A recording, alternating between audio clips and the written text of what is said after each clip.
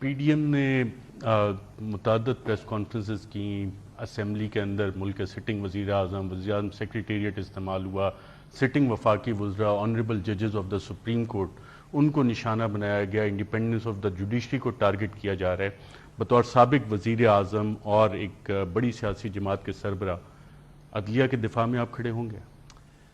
دیکھیں، یہ پہلے تو عدلیہ کا آپ کو پتہ ہونا چاہیے کہ پہلی دفعہ یہ نہیں کر رہے ہیں۔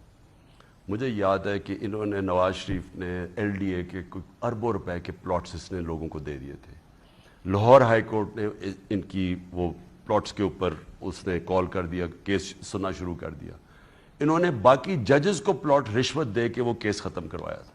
وہی کیا جب سجاد علی شاہ کو، وہ جب اس کا کیس سننا شروع کیا، اس نے انہوں نے سب کے سامنے، انٹرنیشنل نیوز ہے، جو انہوں نے لوگوں کو ڈنڈوں سے بھیجا اور سجاد علی شاہ جان بچا کے نکلے۔ اس کے بعد بریف کیس چلے اور باقی ججز کو خریدا گیا۔ یہ ان کی تاریخ ہے۔ جسٹس کریم کو کال کر رہے ہیں کہ جی یہ ایسا فیصلہ کر دو، ان کی ساری تاریخ ہے۔ کیونکہ یہ کبھی بھی آزاد اور مضبوط عدلیہ کو افورڈ نہیں کر سکتے تھے، کیونکہ یہ چوری کر رہے تھے۔ ان کو کنٹرول میں چاہیے تھی ایک عدلیہ جو ان کے کنٹرول میں ہو۔ انہوں نے صرف وہی نہیں، نیب بھی کنٹرول میں، اب نیب کنٹرول میں لے لیے، ایف آئی اے ان کے کیسز اس کو کنٹرول میں لے لیا۔ یہ کبھی بھی میڈیا پہ پیسے چلاتے تھے۔ اب مجھے میڈیا پہ لوگ دیکھیں، میڈیا پہ وہ لوگ جو کہتے تھے یہ کرپٹ ہے، وہ ان کی دفاع میں آ گئے ہیں بعد میں۔ یعنی انہوں نے مضمون لکھے ہوئے ان کی کرپشن کے اوپر، شریفوں کے اوپر، زرداریوں، اور وہ بعد میں ان کو ڈیفینڈ کر رہے ہیں۔ تو مجھے صرف افسوس یہ ہے کہ ان کو اب 30 سال سے ساری قوم جانتی ہے ان کو، یہ دونوں گھروں کو۔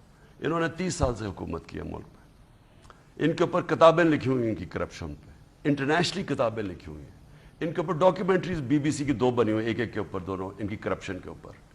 ان کے باہر اخباروں میں مضمون آئے ہوئے ہیں، انگلینڈ کے اخباروں میں، امریکہ میں، ان کی کرپشن کے اوپر۔